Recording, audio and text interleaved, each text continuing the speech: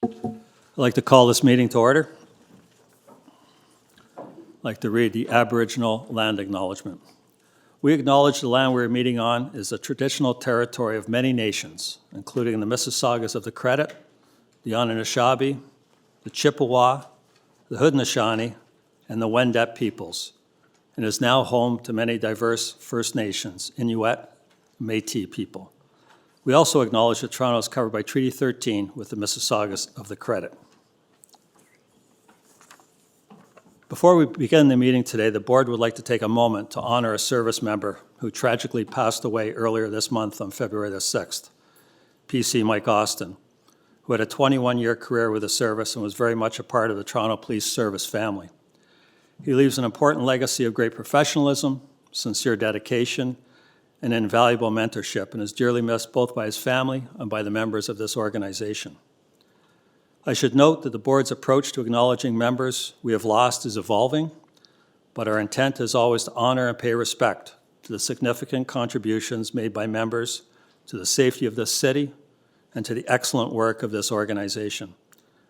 Please join me in a moment of silence as we honor PC Mike Austin and others who we've lost recently.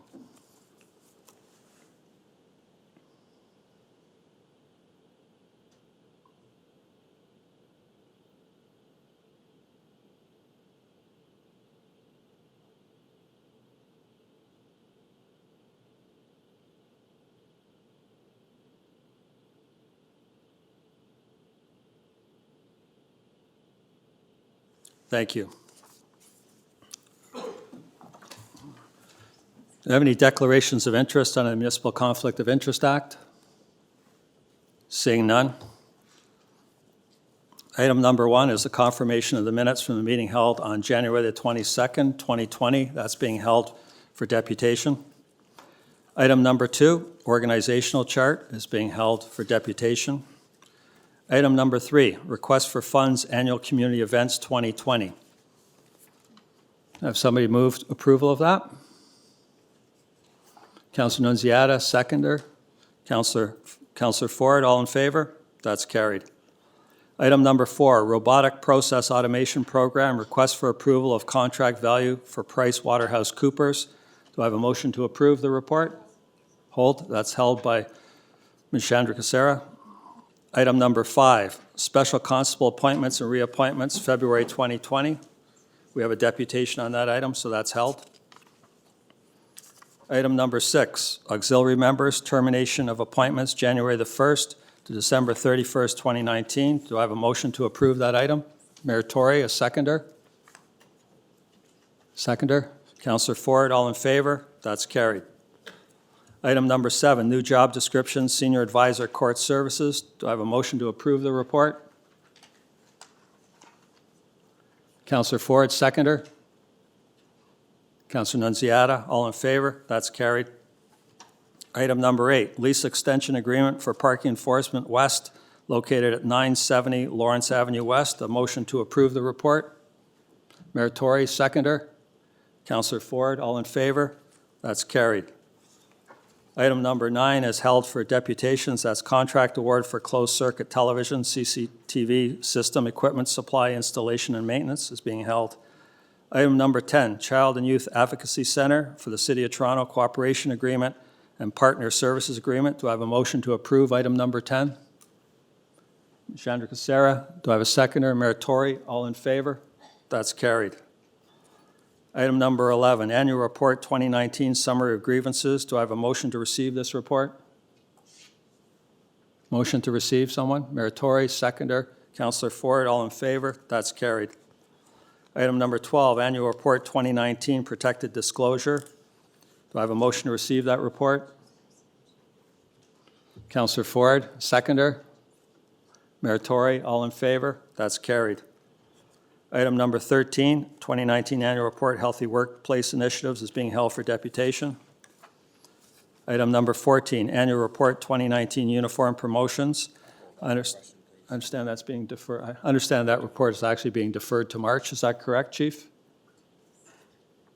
That's correct. Okay, so that will be on the March agenda. Item number 15, Annual Report 2019, Statistical Report, Municipal Freedom of Information and Protection of Privacy Act. Do I have a motion to approve this report? Motion to approve, someone? Meritori, seconder. Councillor Ford, all in favor? That's carried. Item number 16, Quarterly Report, Occupational Health and Safety Update for October the 1st, 2019 to December the 31st, 2019, and year-end summary. Do I have a motion to receive? Councillor Ford, seconder. Ms. Chandrasera, all in favor? That's carried. Item number 17, establishing a community police office in Lawrence Heights. We have a motion, if we could put that up. Does anybody wish to hold the report first of all? No, we have a motion, if we could put that up. If everyone could read the motion. Anybody have any issues?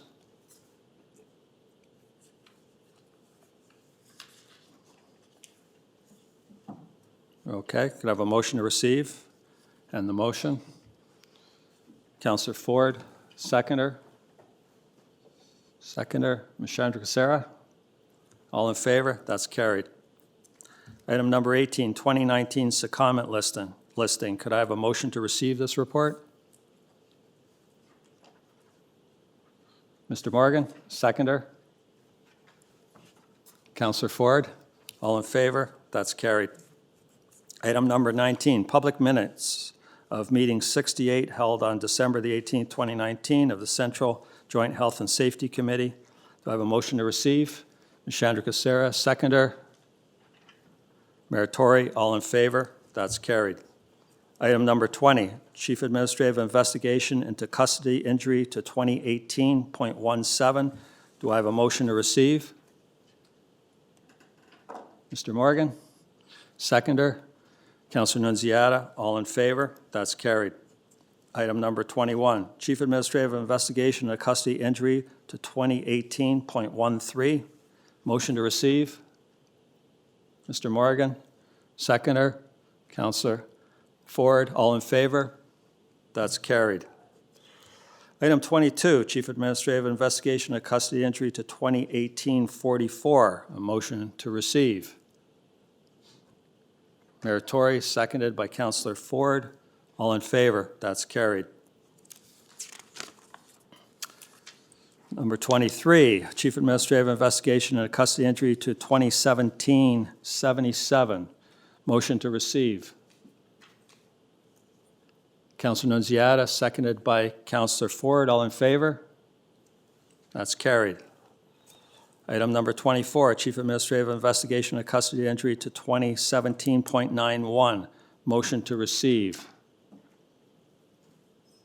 Motion to receive, someone? Meritori, seconded by Councillor Ford. All in favor? That's carried. That is the end of the agenda. We will now go back to the top of the agenda, which is the minutes of the January 22nd meeting, and we have a deputation. Derek? Okay, so speaking of people we've lost recently, I just wanted to point out that a couple weeks ago, former City of Toronto Councillor Mike Zekas passed away, who I became friends with, having gone to the Northern District Library. And I just want to share with all of you, one day after the library closed, that we're talking about how shady the City of Toronto is. And I asked him, this was when there were still 45 members of council, I asked him, Mike, who would you say is the most honest, on the up and up, straight shooter of everyone on council right now? And he thought about it for a moment, and he said, the guy who replaced Moser. Yeah, the guy who replaced Ron Moser in Scarborough, Jim Hart. So I just want to let you all know that, and I want to let you know, Chair Hart, that I know Mike is up in heaven looking down on you and keeping watch on everything that you do here at this board.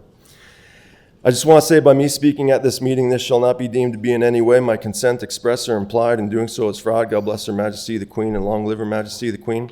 And let the record show its person is defined as a corporation in the Legislation Act of Ontario. If I've ever led the Toronto Police Services and or the board to believe in any way that I am the person, then that would be a mistake, and then I ask all of you to please forgive me. And I noticed on Twitter recently that Chief Saunders admitted to making a mistake, and I guess the Toronto Police Services. And it's not very often that people in government admit to making mistakes. So for that, I just want to say to Chief Saunders and the Toronto Police Service that I forgive you guys for that. So in these minutes, it says, Acting Chief Barbara McLean answered questions from the deputant and advised that there are currently 3 psychologists on board to assist members of the service and that the service is looking at new programs to initiate service-wide. I just want to thank Diana, the board administrator, for mentioning this in the minutes of last month's meeting. Acting Chief Barbara McLean answered questions from the deputant. The legal nuances of what the word deputant being used here by the board really means aside, this is more in keeping with what Justice Jill Copeland said in Langenfeld versus Toronto Police Services Board Part 1, where she said that, I accept the applicant's argument that making a submission remotely is not as effective as attending a meeting in person to make a submission because if a submission is made remotely, he would lose the ability to ask follow-up questions.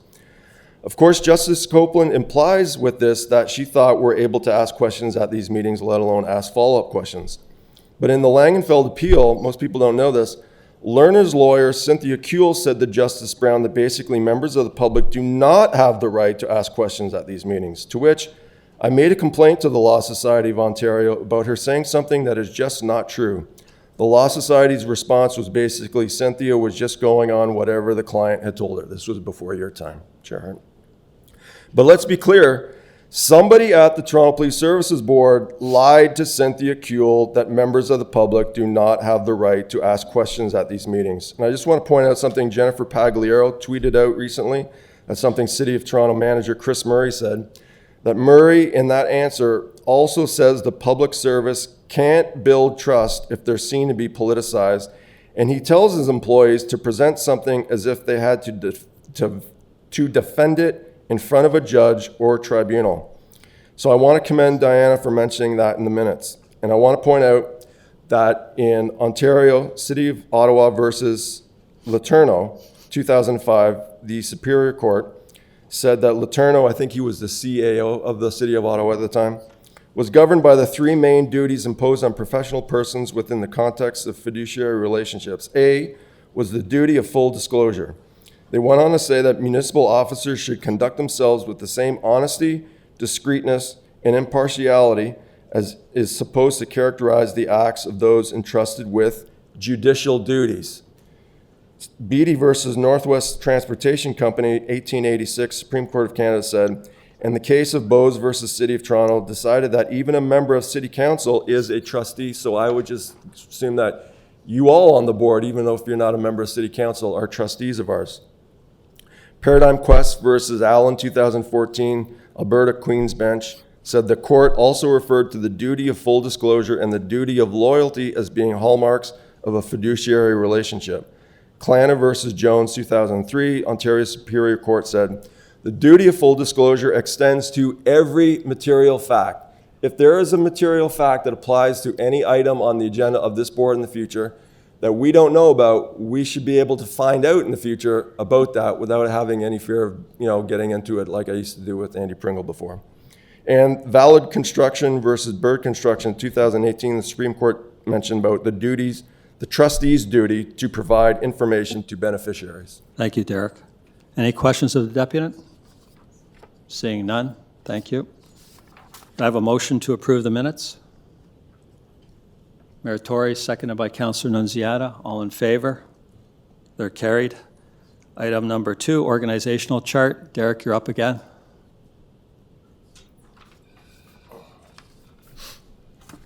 So in this report, it says diversity and inclusion has been renamed equity, inclusion, and human rights.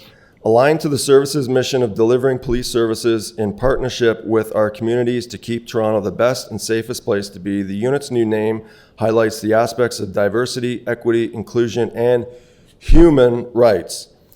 So you don't know this, Chair Hart, but the previous chair, there was an item that I actually got to sit down next to the briefly Ontario Human Rights Commissioner, Renu Mandane, and I was asking her, I've gone through the Ontario Human Rights Code, and I noticed that there's no definition actually for what human is. And she was kind of like, there's a legal definition for human? And then the guy sitting next to her she was with, well, I know there's a definition for person. And then the meeting started, and then we just kind of got broken up there. So I sent her an email. And this is like I said when Dr. DeVillo came a few months ago, how I sent an email to Minister Elliott asking her over and over and over the same question once a week, no response. So it's been the same way with the Ontario Human Rights Commissioner, Renu Mandan. Hi, Renu, and how are you? This is the guy who was speaking to you briefly just before we got interrupted with the start of the Toronto Police Services Board meeting, and the guy that handed it to Chair Pringle and the board for their continuous lip service towards the public, that they are just saying they are accountable and transparent without actually being accountable and transparent. What I was going to say to you just before the meeting started, that as a lawyer, you're probably familiar with the maxims of law. Here are two maxims I took screenshots of from Black's Law Dictionary, the ones about in law, all definitions are dangerous. This is why I was asking you about the legal definition for human in regards to the Ontario Human Rights Code. In regards to the Ontario Human Rights Code, what is the legal definition for human that the Ontario Human Rights Commission uses? Because without an actual definition for human in the code, it would seem that one would be able to invoke the void for vagueness doctrine as described by the Supreme Court below. Thank you. And again, over and over and over, she hasn't responded to me. Quite frankly, she is defrauding me by concealing information from me of a material fact, which I just talked about in the previous deputation, even though I'm not a person. So I just want to point out that last week I was watching Tim and Sid, and they had MLB insider Jeff Passan on, and he said to Tim and Sid, you know, I don't want to bore you guys with legalese here. He's talking about the whole Astros thing. But what he said is, if there's a chance of consequences, then they need to know about it. That's the idea of notice. None of you in this room can say that you actually know what the legal definition of human is, right? We need to be given notice of what that is. And I just want to point out in section 96.1 of the Courts of Justice Act, it says, rules of law and equity. Courts shall administer concurrently all rules of equity and the common law. Rules of equity to prevail. Where a rule of equity conflicts with a rule of the common law, the rule of equity prevails. So I respectfully have a question that I require an answer to for Deputy Chief McLean. My question is, does Deputy Chief McLean know what these rules of equity are? And can she point to a source in law where it gives the public notice of what exactly these rules of equity are? Because again, you can't find that anywhere. Like I look for this stuff and I can't find it, what these rules of equity are. And I just want to point out, since the beginning of the Constitution starts off by recognizing the supremacy of God, in Psalms 98:9, it says, before the Lord, for he cometh to judge the earth, with righteousness shall he judge the world and the people with equity. Because often, you get in trouble with the police, you get charged with a maritime corporate bylaw that applies to a person which is defined either as a corporation or Her Majesty and an organization. Just want to point out in Gibson Suits in Chancery text, it says, when the language of the law courts in England was in Norman French and afterwards in Latin, the language of the Chancery Court was in English. This grew out of the fact that the Chancery Court began as the court of the common people, whose language was English. People were meant to be going to these courts of equity. And you know what, Chair Hart, if me, you, and Chief Saunders went to 10th floor at 393 University and you asked all those people in those booths there, I've done it twice. They have no idea what you're talking about, what a court of equity is. And I've had a lawyer at the Law Society of Ontario even admit to me, yeah, if you went there, they'd have no idea what you're talking about, and that's wrong. In Golden versus Bennett and Company, 2003, the Ontario Court of Appeal said, equity will not permit a statute to be used as an instrument of fraud. It is a well-established principle that equity will not permit a statute to be used as an instrument of fraud. Thank you, Derek. Your time's up. Any questions of the deputant? Seeing none, thank you very much. Can I have a motion to approve the organizational chart? Councillor Ford, seconded by Councillor Nunziata. All in favor? That item carries. Next item is item number 4. Ms. Chandra, Sarah, I believe you held that item. Great, thank you. Good afternoon. Thanks for this report. The technology sounds very efficient and a great way to save time and money. Can you please share what the Attorney General's perspective is on this technology? Do they have any concerns about a robot gathering information for disclosure? And are there any risks of this technology interfering with any legal proceedings or criminal cases? So the robot does not accumulate anything for disclosure. It just transfers a file from one to the other. So it replicates what humans currently do. So not only are there no concerns, but they're happy that we're going to have something that is so efficient because it will be done in real time. Thank you. And also wondering, since it's replicating what humans do you have any concerns around bias with this technology? And if so, can you let us know what you're doing to address any type of this technology replicating any human bias? Thank you. It doesn't replicate human bias because it doesn't make any decisions. So I know with things like artificial intelligence and machine learning, that concern exists, and there's been lots of dialogue out there about how to deal with that. This particular technology is kind of a lower level version that doesn't make decisions. So the machines do not make decisions. What happens is an officer fills out a form, states in the form where the information can be found, the robot goes and retrieves it and sends it to the Crown Attorney on the other side. It goes to the officer who then sends it to the Crown Attorney. So at this time, there's no concern over that. Certainly when we get into different technology that's a little more advanced, if you will, in terms of using machine learning, we will have to address that for sure. Thank you. Any further questions? Anybody wish to speak to it? No? Seeing none, could I have a motion to approve the Robotic Process Automation Program? Ms. Chandrasera, seconder. Mr. Morgan? All in favor? That's carried. Item number 5 is special constable appointments and reappointments, February 2020.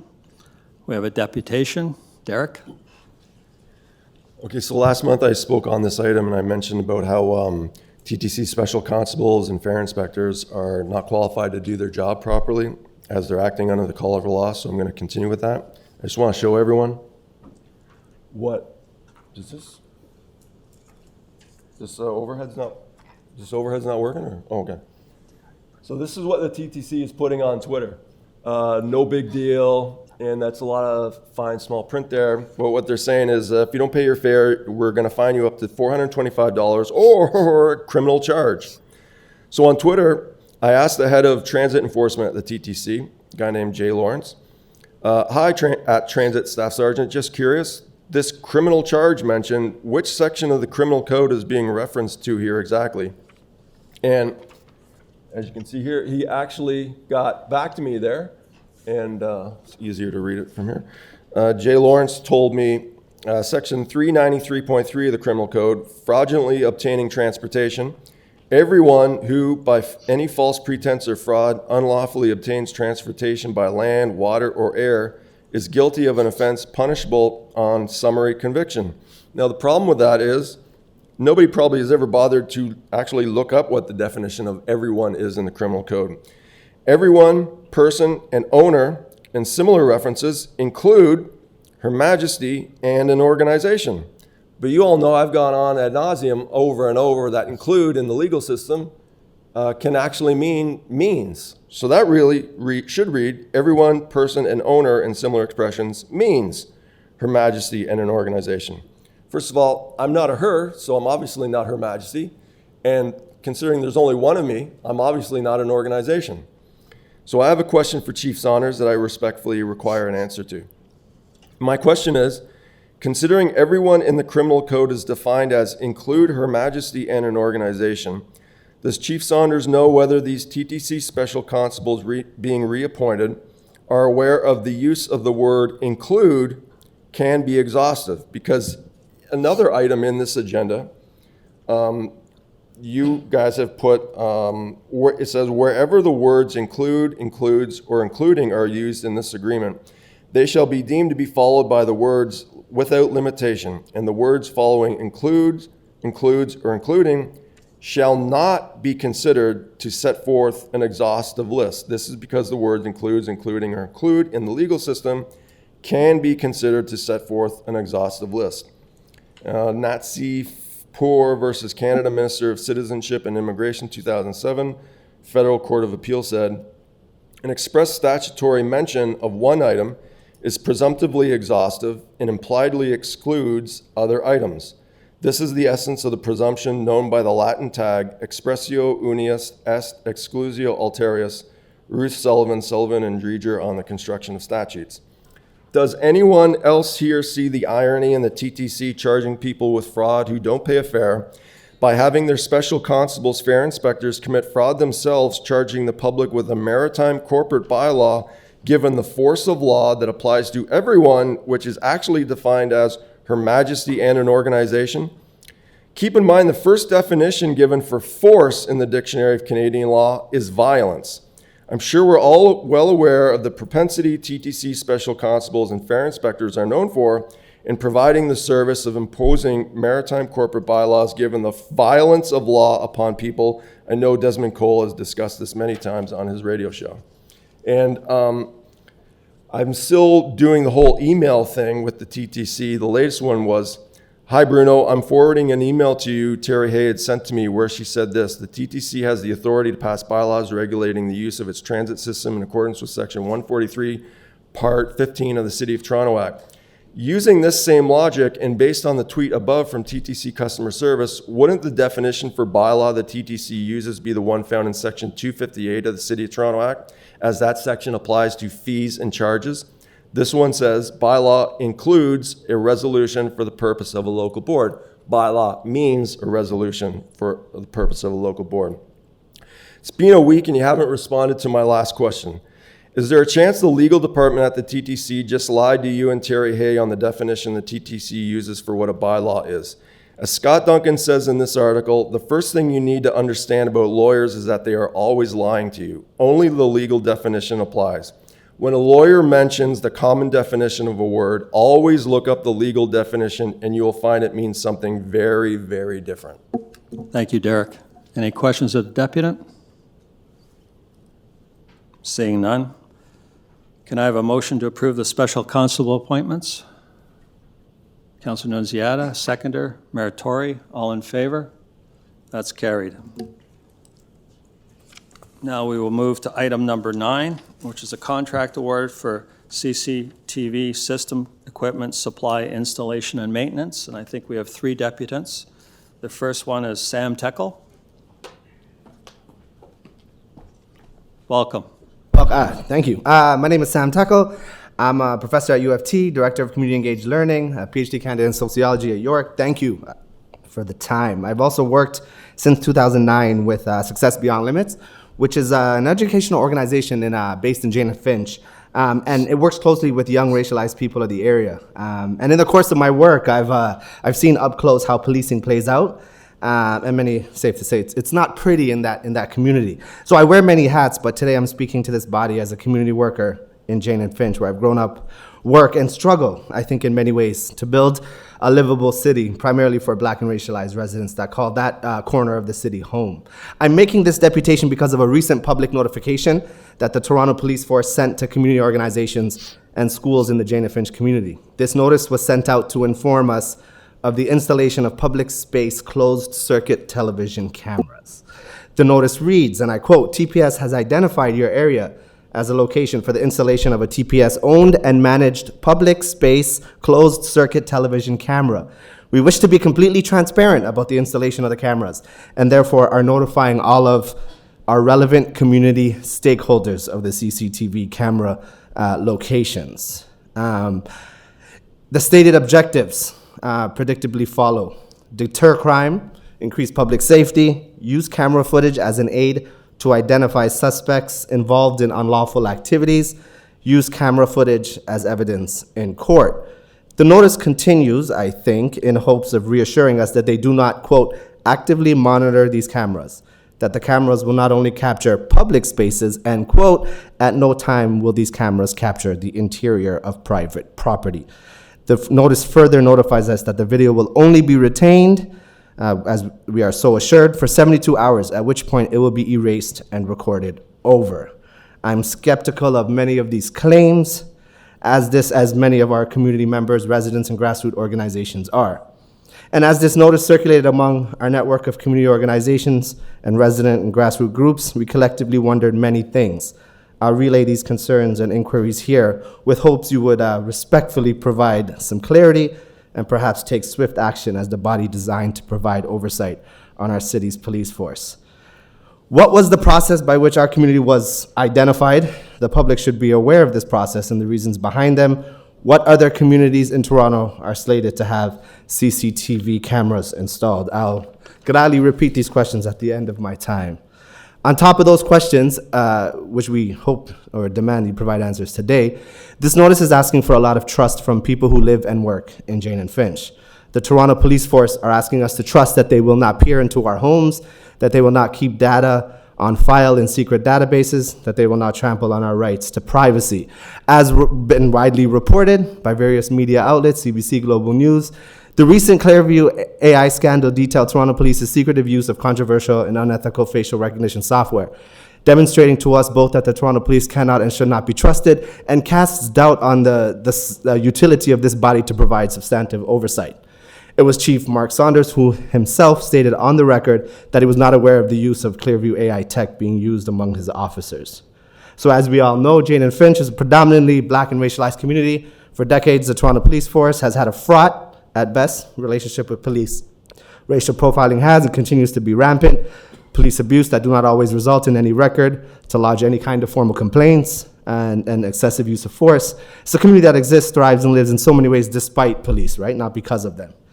If you've done any work in the community in Jane and Finch, and if you want it to be well attended, it's common knowledge that you do not invite police because of the history of this relationship. I learned that when I was 12 years old, running my first spoken word literacy program in the area. It's a firm belief of many community workers, grassroots groups, and residents that if this initiative is allowed to go ahead and install cameras in Finch, and what we assume to be other black and racialized communities in Toronto, this results in more racist encounters with police, more racial profiling, and increased harassment of black and racialized youth. So because of that history, not only in Jane and Finch, but similarly other constituted communities, we must implore this body that this cannot stand. The history to which I'm referring to has been identified by many other bodies, Toronto Star and Human Rights Commission, CAP Report, too many researchers to enumerate here. But my prime evidence is the lived experience of so many in my community, as well as this recent Clearview AI scandal. We believe that our trust is not warranted. History tells us that we must push back. So we have, in closing, what other communities do the police plan on installing CCTV cameras? Will this body direct the police to halt all plans to install cameras in Finch? We have a community meeting on March 4th to discuss this, as well as TTC fair inspectors, which my colleague Butterfly is making a deputation now. Mr. Tekel, can I ask you to wrap up? Yeah, for sure. So we ask for questions to these, to answers to these questions today, and you can direct me as to what update I can take back to my community. Thank you very much. Do we have any questions of the deputant? Mayor Tory? Sir, just a couple of questions. Just because it helps us to know this information if you have some. I think the report says there are 24 community spaces. There are many of these cameras installed in various police precincts and so forth, but there are 24 in community spaces, and they're in other neighborhoods in the city today, in Toronto. And I just wondered if you had any specific instances you could cite of any suggestions of abuse by the Toronto Police Service, or even the suggestion that, as you put it, I think that the cameras were used to peer into people's homes. Have you got any reports of that, or any specific examples you could give? No, my evidence is just the history of the interactions that we've observed in that community in general of police, period, right? So the notification asks us to extend an olive branch of trust, right? To say that it will be recorded over within 72 hours, that police will not look into, that's not to say that the technology will not have the ability to peer into homes. So in a community that has had this at best fraught relationship, I wonder how we are expected, with no substantive consultation on our part for community workers, for residents, for grassroots groups, to have this trust, right? I work in the summer for a summer program, and one of our young people was beat up outside of his housing complex. It was in the media. He's a young person, so we can't say his name. But I'm wondering, how do we expect this community, especially a community that's dealing with this recent fire, right, at Gosford, on top of our young people being harassed on the bus, to say from the police, trust us, we're going to use these cameras, and we're going to use them ethically. All right. So I guess the answer then is you don't have any evidence of it's a concern. I understand your concern, and I'm going to address that in my second question, but you don't have any evidence of this abuse you made reference to as a possibility. So the second question is, and I'll just tell you, I'm going to move a motion here today that would require fulsome public consultation in areas where we're going to install these cameras, because I think that point is well taken. But I just wanted to ask you, you would acknowledge that even many of the very same people that you're talking about living in the neighborhood, because I've been up there a lot myself and been to public meetings and heard people say, and you would acknowledge that many of the people who live up there actually request that we should put these cameras in, done in the appropriate way, but that they request they be put in as a crime-fighting measure. You'd acknowledge many people feel that way, wouldn't you? Of course, like many communities, there's complex perspectives, yes, for sure. But I also think that the history of the kind of relationship that I've been speaking about and detailing is also one that is of common knowledge. And those narratives and those stories are much more difficult to surface at community consultations. Okay. I think with time we can bring these out in many communities across the city. So and one inquiry, is there a list that you might be able to provide as to all the neighborhoods where these might be going up? Because we only received this notification because I work. I'm sure it's a matter of public record. Okay. Yeah, you can see them. They're very clearly indicated. There's a big police crest on them and so forth, but I'm sure there's a list. Any other questions? Chief, would you like to make any comment on the deputation? Yeah. Yeah, you know, I won't speak to the factual pieces. I will speak to some of the emotional issues and concerns that do exist, though, when it comes to law enforcement and privacy rights and things along those lines. When we speak to the installation of CCTV cameras, there has been a long history of the various agencies and entities that we work with in order to get it right. So it's not police doing it in silo. There are various case laws, there are various cases before courts that have been put forward that had to withstand the various tests to meet the proper scrutiny in order for the admissibility of that particular evidence. We've also worked with the Privacy Commissioner on this as well, with respect to lens setting, what you can and can't do with the turnover rate, not just with the Toronto Police Service, but with other agencies right across the province as well, too. So there's a very robust accountability factor that plays into effect, and there are audit mechanisms to ensure that we're in compliance with those various things.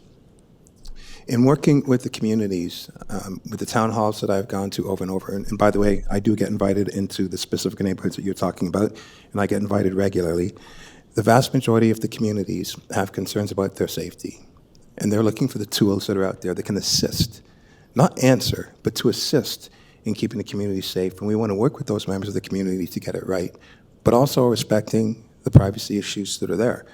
The CCTV camera is the number 2 request. The number 1 request is always we want more police officers. The number 2 request is we want more cameras.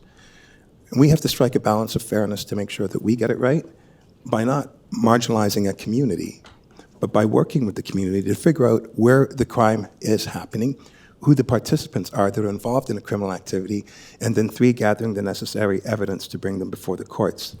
So I'm willing to work with any entity that truly is interested in community safety and working with us to ensure that we get it right.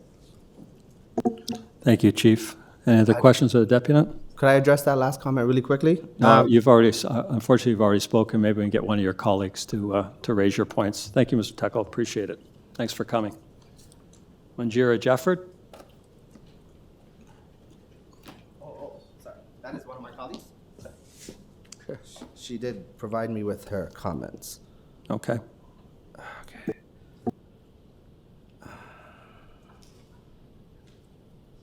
Okay. Yeah, hello everyone. Thank you for giving me an opportunity to speak. My concern is about video recordings and how CCTV will be used.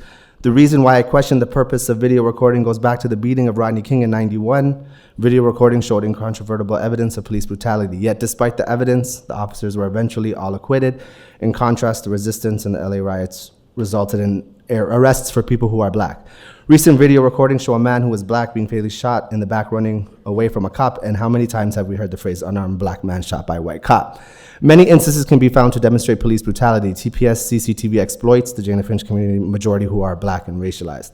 The assumption of criminality associated with a predominantly black community as well as other non-white residents is against the right to freedom of movement guaranteed in Canada's Constitution.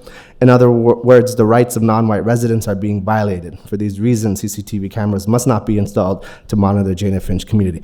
And I think just to use the time to respond to the chief's comments, if a process was identified in which community was engaged, I think that process needs to be transparent, right? So in that notification, we were just simply notified. There was no substantive and deep engagement with community, or else there would have been mobilizing and organizing, ensuring that the wide range of these complex perspectives on this issue would have been present at that. We're not aware of what that process is or was. We were simply notified, I guess, as partnerships and stakeholders. I would want to understand how that process was laid out. And then again, if pushing back on this plan to move forward means we do more consultation, I think that's something we could do. We're meeting, like I said, on March 4th. It would maybe behoove this body to understand that in partnership, in the renaming of this Equity, Diversity, Human Rights Department,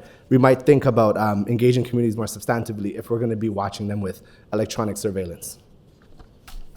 I yield the rest of the time. Thank you very much. Any questions? Seeing none, thank you for your deputation, and thank your colleague as well. Appreciate it. Next deputant is Butterfly Gopal. Sorry. You're back? Yeah, Butterfly is from Jana Finch. She's one of my colleagues. She's currently right now making a deputation to on the issue of TTC fare inspectors. So again, I'd just like to state that I think we need this process to be clear and transparent, and that CCTV cameras, if they're going, that these are not something that we would have let fly in a community that I think has a history of being very vocal and very engaged. This opportunity did not cross our screens or our desks. So again, just to implore and for the record, that we maybe reopen this and allow the community to speak. Thank you. Thank you again. Members? Do you have any questions of staff? First, Mayor Tory. Yes, thank you, Chair. I just was reading through this, I was trying to make sense of we're getting. These can be these deals that look better at first blush, but we're getting $3 million from the province, and then I see the contract award value here is $8 million, and then it sort of goes through the analysis of all that, and then $4.2 million is actually in the budget for life cycle, which I presume is for existing cameras as opposed to the ones that we necessarily are moving to put in here. So then I get along, it says $1.8 million for the additional cameras and remaining balance of $1.2 million for other operating costs. Could you just help me with what we're getting from the province, what that's going to be used for? I assume that's all capital, and then what the operating cost for us is of these cameras that are talked about here specifically as opposed to the global number. Do you follow my question? So including what we put in our grant proposal, $2 million of it is capital in terms of the actual devices and infrastructure to actually support and make those devices work. And then there's $550,000 in year 2 and 3. So this is over a 3-year period for operating costs, replacement costs, maintenance, based on the best estimates that we had at the time. So it's $3 million. 2 of it is capital, and 1 of it is $1 million is for operating costs. And is that just for this one community, or is it for a number of other deployments? The $3 million is for the 40 cameras that we would put up right across the city. So it's got attention vis-a-vis one neighborhood, but Right. there are other places. There's other places that they would be installed in. Okay. And so just, I want to make sure I have this absolutely correctly. Then when you say $3 million for the program, that will be net zero because we're getting $3 million, am I right, from the Correct. province? Yeah. For the 40 cameras, the provincial grant will fully cover that Right. cost. Okay, thanks very much, yeah. Thank you. Any other questions? Ms. Chandragasara? Thank you. To the deputant's point, can you please clarify what are the privacy protections for the CCTV video data? Who has authority to access the data, and how do you ensure that the access is not misused?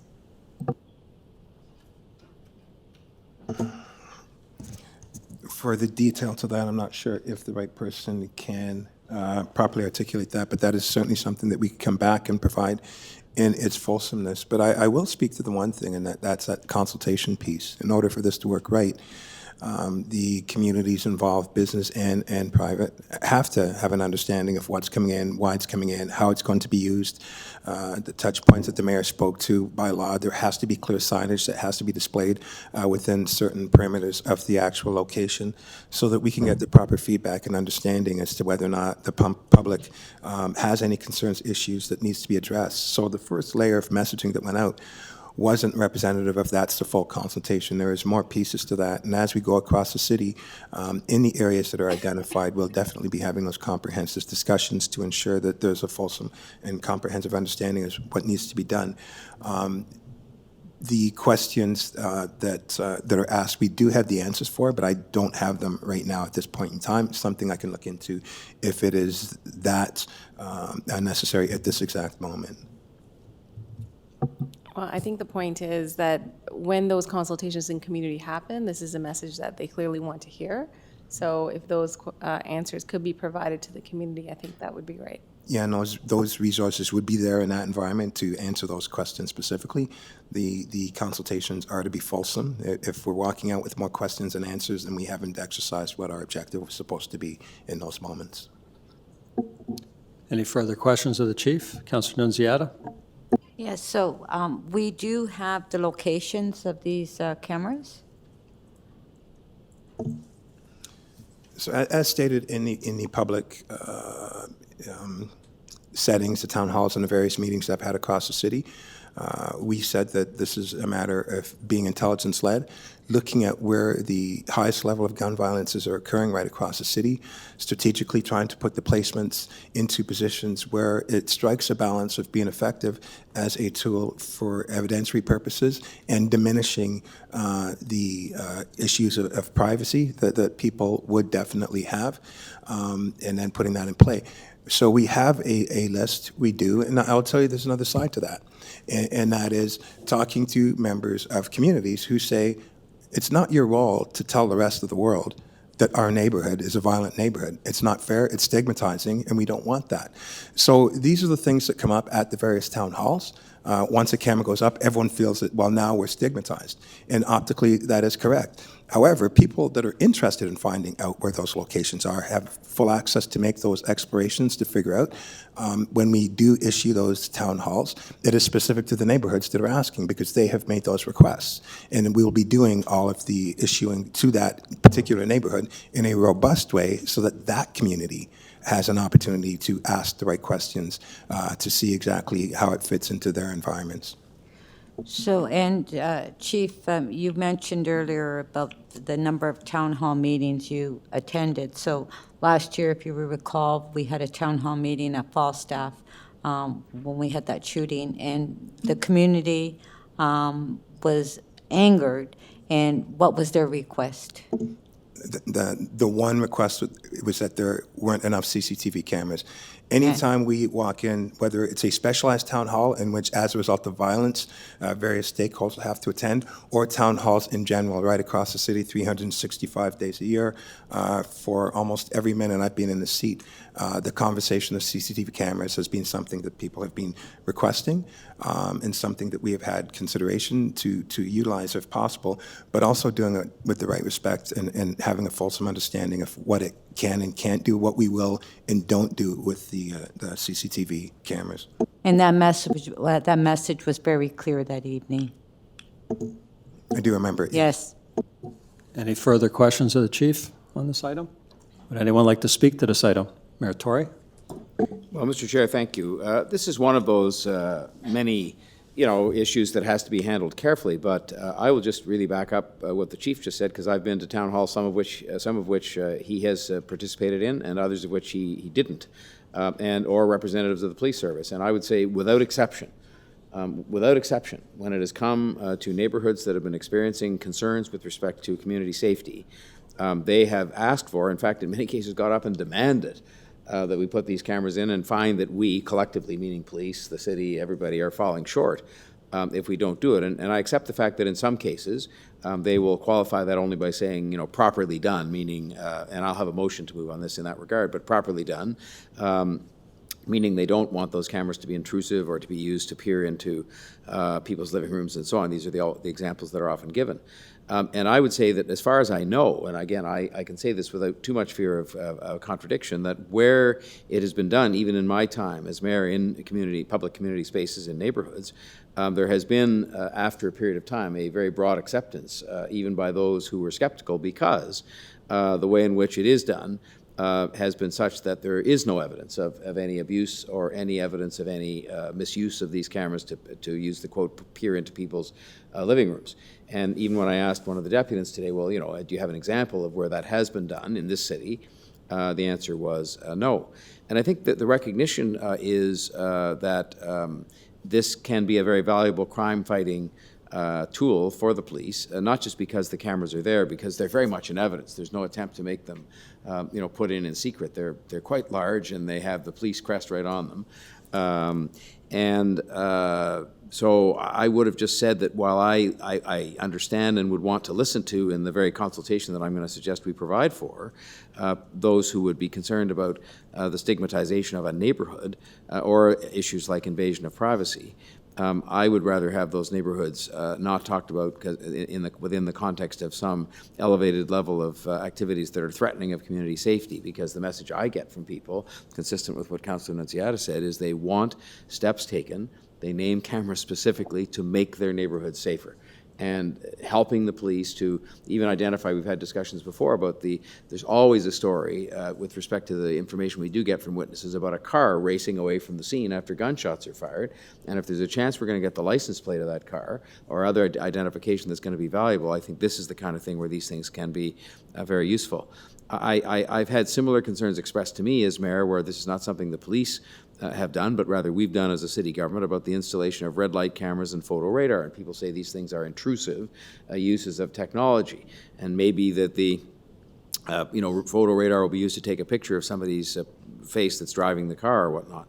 And I just have thought about all that. Obviously, I try very hard in this job to think about this balancing of different interests, and I come down on the side of saving lives when it comes to photo radar and red light cameras, and I come down on the side of reducing crime and saving lives when it comes to CCTV cameras, done properly, with proper oversight, with proper constraints. And so that is why I want to move, and I hope maybe we could put that up if the technology is working in here, a motion that simply requires something that I think is very reasonable, which is that prior to the installation by the service of additional CCTV cameras in any public community space, the chief, the police service, engage in a public consultative process, which could include, but not limited to, consultation with local residents, businesses, schools, community organizations, and other stakeholders regarding the design, implementation, and evaluation of these cameras. And I would only say that the important part of this to me, because I had occasion to answer questions about this last week and had been informed that there had been things that you might have described as public, purely public town halls. In fact, I'm not sure there were, but I would contemplate that there will be. I mean, places where any average citizen can come and express their concerns about this and be heard with respect to the proposal to put in these cameras. Because I think it is important that people be heard. I think many of them are going to come and say, if they show up as they do to these other town halls, they want these cameras properly implemented and properly overseen. So that's the motion that I'll put forward as a means of making sure that while I believe strongly we should do it as a crime-fighting tool, I also believe we should do it subject to consultation and the input of the public on how we do it. Do we have any questions on that? Councillor Nunziata. Yes, thank you. I do support the recommendation, and I can tell you that I'm in 100% in support of the cameras. For years now, I've had my community advocate wanting cameras, especially in the business community. Of course, there was a point where some of the businesses wanted to install their own, but of course they couldn't afford it. But I have communities, and I've had a number of town hall meetings where I've had a number of shootings where we've had mothers and the community screaming, wanting these cameras. They don't feel safe, and they're demanding these cameras. And I know Toronto Housing, in some of the buildings, they're installing cameras as well, and they're working with the police. But you know, I think that having the cameras, and even around the schools as well, because I've had a number of schools as well contact me wanting cameras because they have issues with some of their schools and organizations. And I believe that, and Mr. Mayor, you're moving this motion about having public consultation process, which is good, but I I do think that, that if we're going to consult, we have to consult the community at large as well. You know, because we have to be public and we have to invite everyone to these meetings, so this way we can have a clear understanding of how the community feels, and in some communities that they do feel unsafe. So I do support the recommendation and the mayor's amendment to the recommendation, and you know, and I once they're installed, I'm hoping that they're installed in some locations in my ward, because that's been a request for many, many years. Thank you, Councillor. Ms. Shandrikasara? Thank you. And thank you, Mayor, for the motion. I fully support it. I think the public consultations are very important. And since the chief has confirmed that there are adequate privacy protections in place, just wondering if you're open to a friendly amendment that we include that, so that it's, you know, design, implementation, evaluation, and privacy protections of these new cameras? Just you'd add the word, sorry. You'd add the word and. Yeah, just so the privacy protections and the processes in place are To shared me, with the public. that's incorporated at the with the consultations. implementation, but I'm quite happy to be perfectly clear on that, so. Great. Yes. Thank you. Thank you.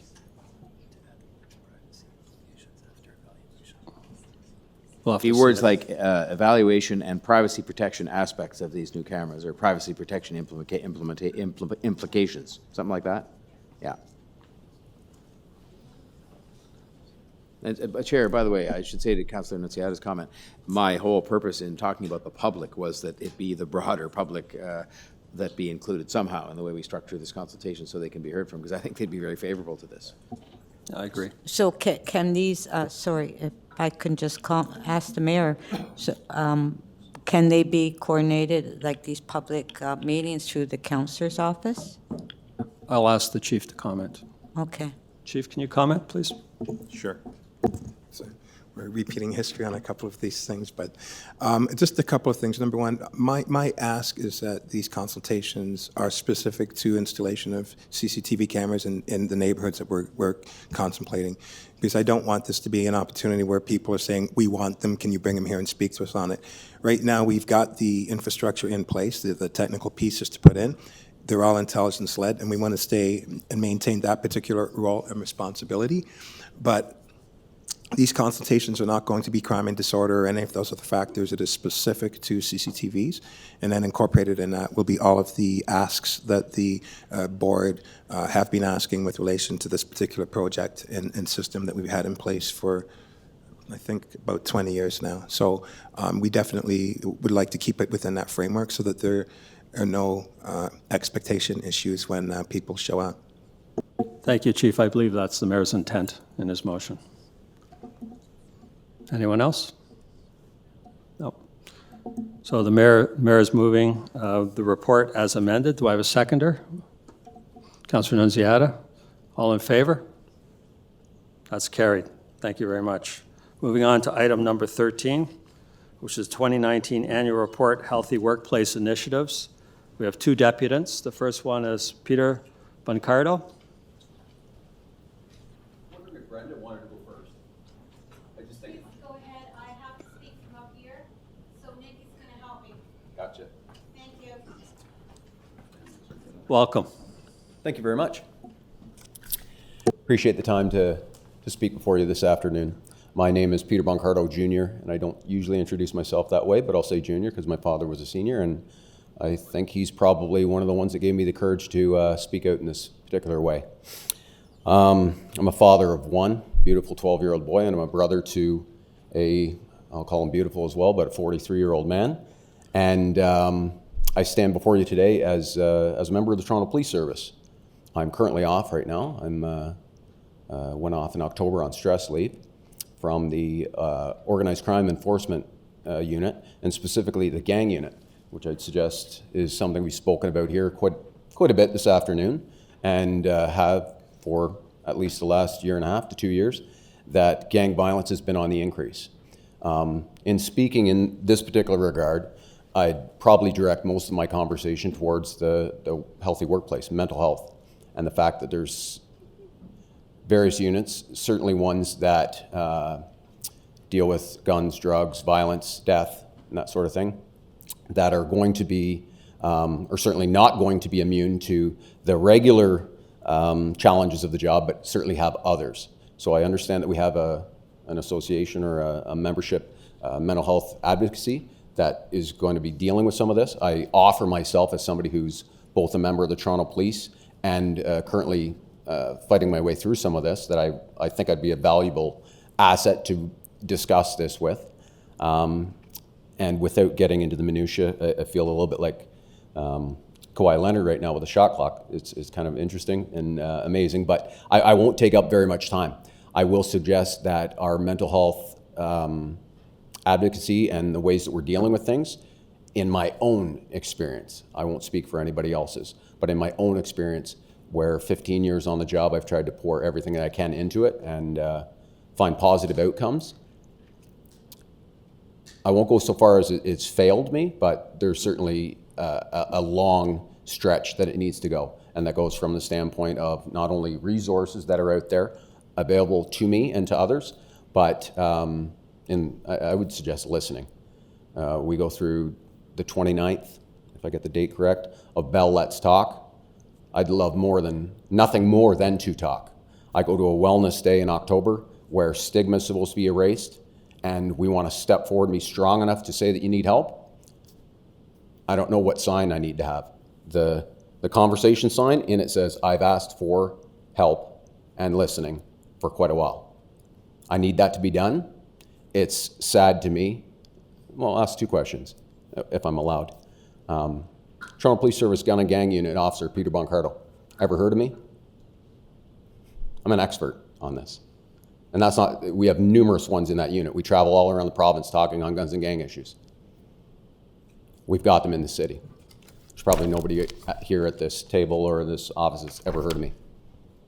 There's a gap there between guns and gang violence, what we know about it, and what we do about it. And because of that, you have people that are going off sick, that are trying to express what that issue is, and it's not being heard. This is on. Today it's been heard. And what do we say? Sometimes career suicide's better than the other one. Any questions of the deputy? Chief, did you want to say something? Yeah, okay. Yeah.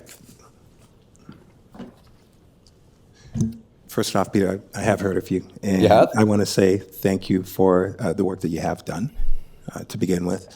The discussion when it comes to wellness with the members of our organization, I can't begin to tell you how serious that discussion is and what we are trying to do. I can tell you one of the hardest pieces, one of the biggest disconnects that we have right now is we don't recognize it until it's too late. A lot of times people come in through another means or agency and not to us. So even though we have these policies, procedures, governance in place, we speak to there is a gap because people aren't feeling comfortable coming in. So first, I applaud you for coming in.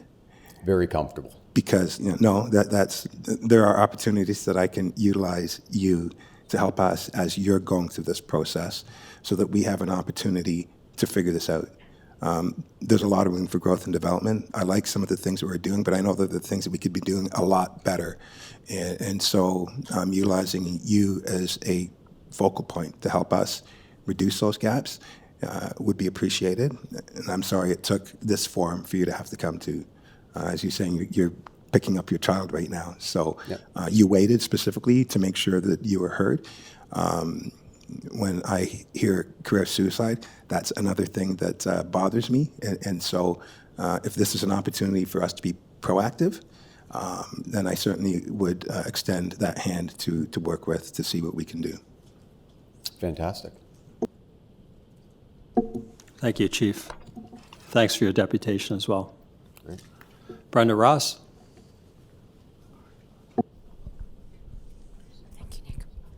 Please excuse me for sitting up here. It's the setup of the auditorium.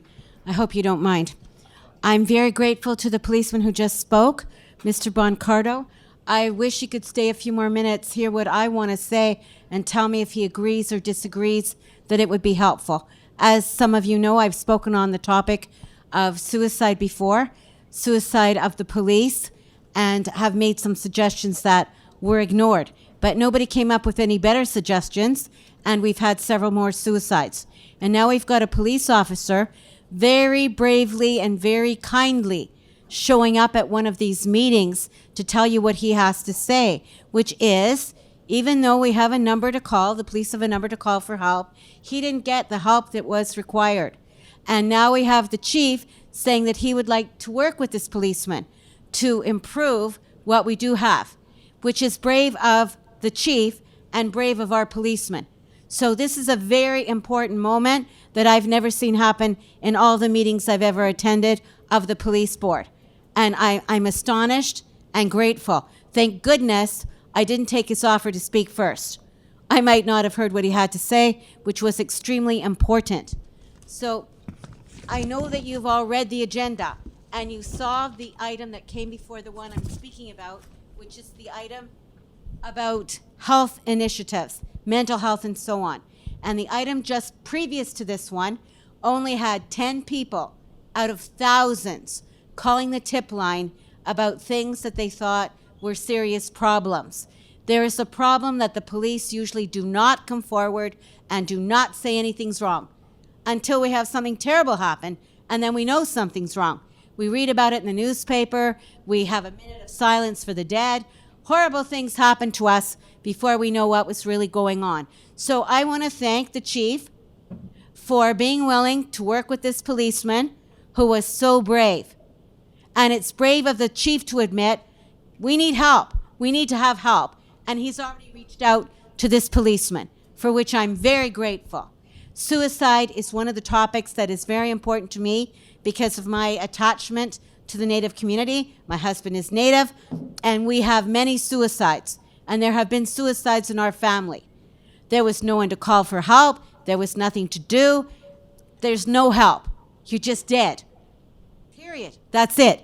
So here's what I'd like to bring to your attention. First, I would want to say thank you for the minute of silence. But we have to do more than a minute of silence. We've got something wrong. Deputy Chief Barbara has said she's working on this. There's going to be a report. I believe everything she says, but we can't wait for the end of the year to do something. So I would like to point this out to you. Just a few things quickly pointed out for your reconsideration, even though it's been said before. Obviously, what you're doing is not okay because we keep having dead bodies turn up on our doorstep for no reason. There's no reason for suicide. Now, I know you've all heard of medically assisted suicide. Those are people who are very ill that are asking for help to commit suicide. That does not pertain to the police as far as I know, until someone tells me one of the officers was deathly ill and we were not informed. So we will look at this as preventable, not inevitable, preventable. Why wasn't it prevented? The media keeps reporting on some of these items that are never brought to our attention. If it wasn't for the newspaper reporters, we'd never hear about it. Maybe only the people that come and read the agenda. I'm frightened by that. All police officers carry weapons for the most part. And none of you have ever mentioned something that is extremely important and very dangerous. Never come up one time at any meeting that I've attended, and last year I only missed one meeting. There is a question not only of the officer's safety, for which I'm again going to beg you to consider an outreach worker of an aggressive nature, not an ordinary outreach worker. And I have explained what that means to you before. An aggressive outreach worker doesn't give anyone a choice. And I know you don't like that, but isn't it better than people being dead? So your choice is either someone doesn't take no for an answer and says come for help, or we have their dead body and we're holding a minute of silence. Come on. There's no choice here as I see it. Who wants their friends and coworkers dead? I mean, this cannot be one of your choices. So, not speaking of any Ms. specific... Ross, can I ask you to wrap up? You're over the 5 minutes.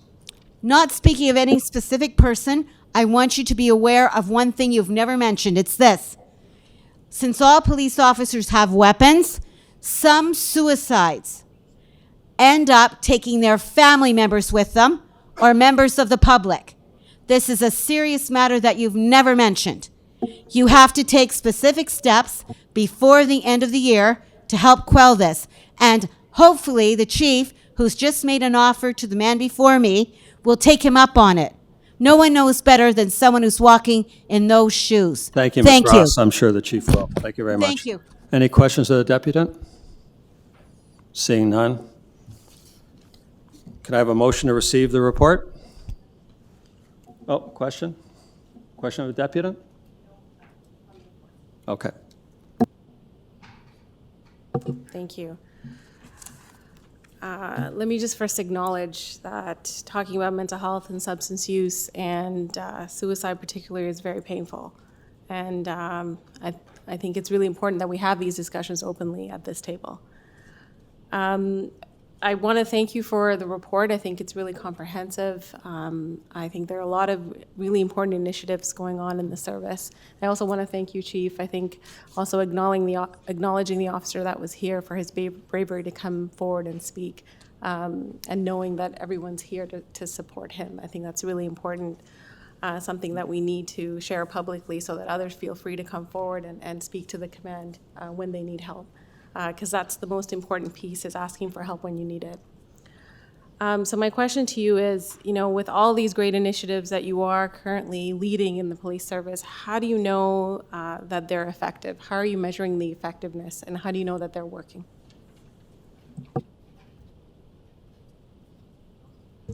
I'll take that one. Thank you. Within the report, we're starting to allude to some of the areas of change. So we are seeing different conversations within our organization. We can look at the fact that we've added a psychologist as an indication that that program, one, is working and in fact has exceeded the resources that we initially had. And that's why we added another psychologist to it. And you can see in 2020, they're actually starting to expand their programming. And so that is one indication. Secondly, you can start to see some of the uses of our programs, like the CERT program, and even the fact that some of our members are now asking for health-related programming, and I included in this report specifically the wellness piece of in-service training. The fact that our members wanted it to be the very first thing that they are exposed to in that training program, and I can tell you within that module, what I am seeing are members who are sharing their stories, and what is important in one of those stories is that it was a bystander that said to our member, you're not okay. And then the member listened to that. And so that's how I know that our programs are starting to be effective. Also within this report, it alludes to 2020 being a wellness year and a focus for Human Resources Command, particularly with the release of the Chief Coroner's report by his expert panel. I had a conversation with him as recently as Friday about his report, saying that while some of the recommendations have been focused toward the government, the Toronto Police Service is moving forward with them before that report is officially adopted and the recommendations come out of it. Within this year, we will be having a number of focus on our wellness unit, particularly modernizing some of the practices and processes in there so that we can better measure some of the programs that we have with its use of technology practices. There will be lots of conversations this year from our members to say what is going to work with them, and I'll say that everything is on the table in terms of what we are doing and can it be better. And so 2020, like I said, has a focus on wellness and a lot of stakeholder consultations so that this report will actually be a little bit more robust next year. Thank you. Any further questions? No. Have someone move receipt of the report? Councillor Ford, seconded by Councillor Nunziata. All in favor? That's carried. That was our last item, but before we move adjournment, I have a public statement that I would like to make with respect to Clearview AI. The use of Clearview AI's face recognition service by the Toronto Police Service members has raised serious concerns regarding the use of this technology. Members of the community have a legitimate interest in this topic. The board appreciates the dialogue that has been generated and understands the importance of closely examining and then discussing the various issues it raises, including the internal process for reviewing and approving new technology that the service wishes to use. As has been reported, the chief directed the use of Clearview be stopped immediately upon learning of its unauthorized use, and subsequently the chief advised the board about this matter. There are many questions that the use of this technology has generated, and it's important that these questions be carefully considered and explored. The service is currently in the information gathering stage as it relates to Clearview AI. As the chief conducts this review, the board will remain in constant contact with the chief with respect to this issue. Once we have further information, and before any decision is made with respect to the use of this technology, the public will be informed about the service's findings. At that time, the board will place the item on the public board agenda, and as always, we invite members of the public to make a deputation on the item at that time to assist the board in its consideration of that matter. Thank you. Now I would like somebody to move adjournment. Mayor Tory, second. Seconder, Ms. Chandrakasera. All in favor? Meeting adjourned. Thank you very much. Oh yes, and next month's meeting of the Police Services Board will be in Scarborough.